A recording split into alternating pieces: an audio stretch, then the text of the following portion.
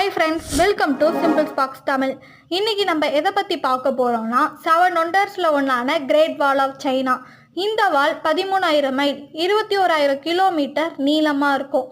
அதாவது நம்முடைய இந்தியாவை சுற்றி 3 முறை போடக்கூடிய அளவு நீளமானது. இந்த கிரேட் வால் ஆஃப் சைனா ஏன் கட்டினாங்கன்னு கேட்டிங்கன்னா, கிமு 7ஆம் நூற்றாண்டிலிருந்தே பல சீன அரசர்கள் அவங்க நாட்டை மங்கோலியர்கள் போன்ற வடக்கு புலம்பெயர் படையெடுப்பாளர்களிடமிருந்து பாதுகாக்க கட்டத் தொடங்கினாங்க.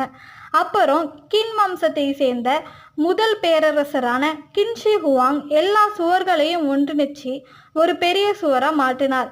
இந்த சுவர் 2000 ஆண்டுகள் பல மன்னர்களால் கட்டப்பட்டது. அதோடு இந்த சுவர் கட்டுவதற்காக கற்கள், மண், மரம் போன்ற எல்லாம் பயன்படுத்தப்பட்டதாம்.